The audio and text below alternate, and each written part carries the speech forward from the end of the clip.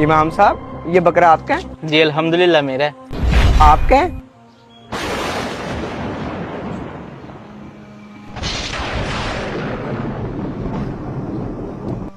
देखा तुमने, वैसे इमाम साहब कहते रहते मेरी तनख्वाह 15,000 है, अब इन्होंने 50,000 रुपए का बकरा ले लिया।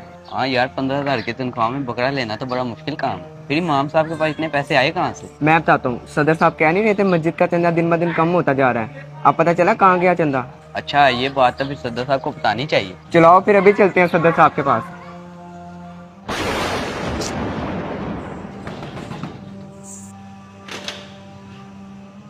हाँ जी। सदर साहब, आपको एक बात बतानी है। आप पूछ रहे थे ना कि मस्जिद का चंदा कहाँ जा रहा है। दरअसल मस्जिद का चंदा चोरी हो रहा है। और वो चोरी इमाम साहब करते हैं। ये कैसी बातें कर रहे हो तुम लोग? इमाम साहब तो बहुत शरीफ आदमी है, तुम लोगों को गलत फहमी हुई होगी। नहीं सदर साहब, उन्होंने इस बारी कुर्बानी के लिए बकरा लिया है। अब आप ही बताएं, 15,000 की तनख्वाह में बकरा कहाँ से आता है? अच्छा, उन्होंने बकरा लिया है? यार अभी तो मुझे थोड़ा काम है, लेकिन ईशा की नमाज में मैं उनकी जाके खबर लेता हूँ कि उन्होंने बकरा किन पैसों से लिया है। तुम्हारी मेहरबानी, तुमने मुझे बताया। चलो जाओ अब।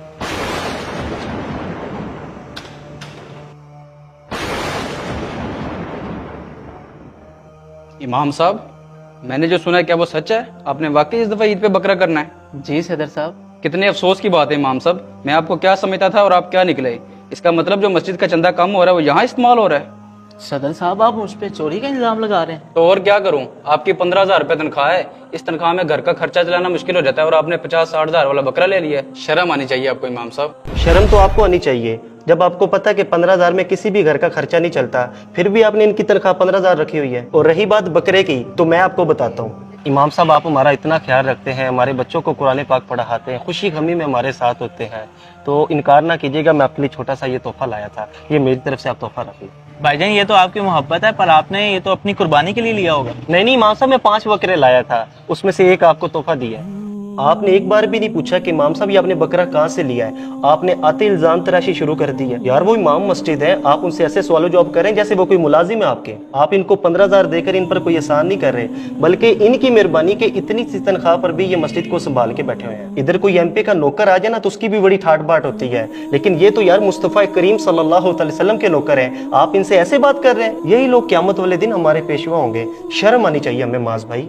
आप बिल्कुल ठीक कह रहे हैं भाईजान, हमने इमाम साहब को वो इज्जत वो मर्तबा दिया ही नहीं है जिसके वो हकदार है। इमाम साहब मुझे माफ़ कर दें, किसी ने मेरे जहन में शक डाल दिया था। अल्लाह ऐसे फितनों से बचाए, आइंदा ऐसा नहीं होगा। मेरी मुखय्यर हज़रात से गुजारिश है कि जहाँ आप बड़ी बड़ी कुर्बानियाँ खुद करते हैं, वहाँ एक बकरा अल्लाह पाक की रज़ा के लिए अपने इमाम साहब को भी ज़रूर लेकर दें। यकीन करें, जो कल्बी सुकून आपको मिलेगा, इसकी मिठास आप अपने दिल में ज़रूर महसूस करेंगे। और खुदारा बिला तहकीक किसी पर भी इल्ज़ाम ना लगाया करें। प्यारे दोस्तों, अगर आपको हमारा मैसेज पसंद आया, शेयर ज़रूर कीजिए और हमें फॉलो भी करें।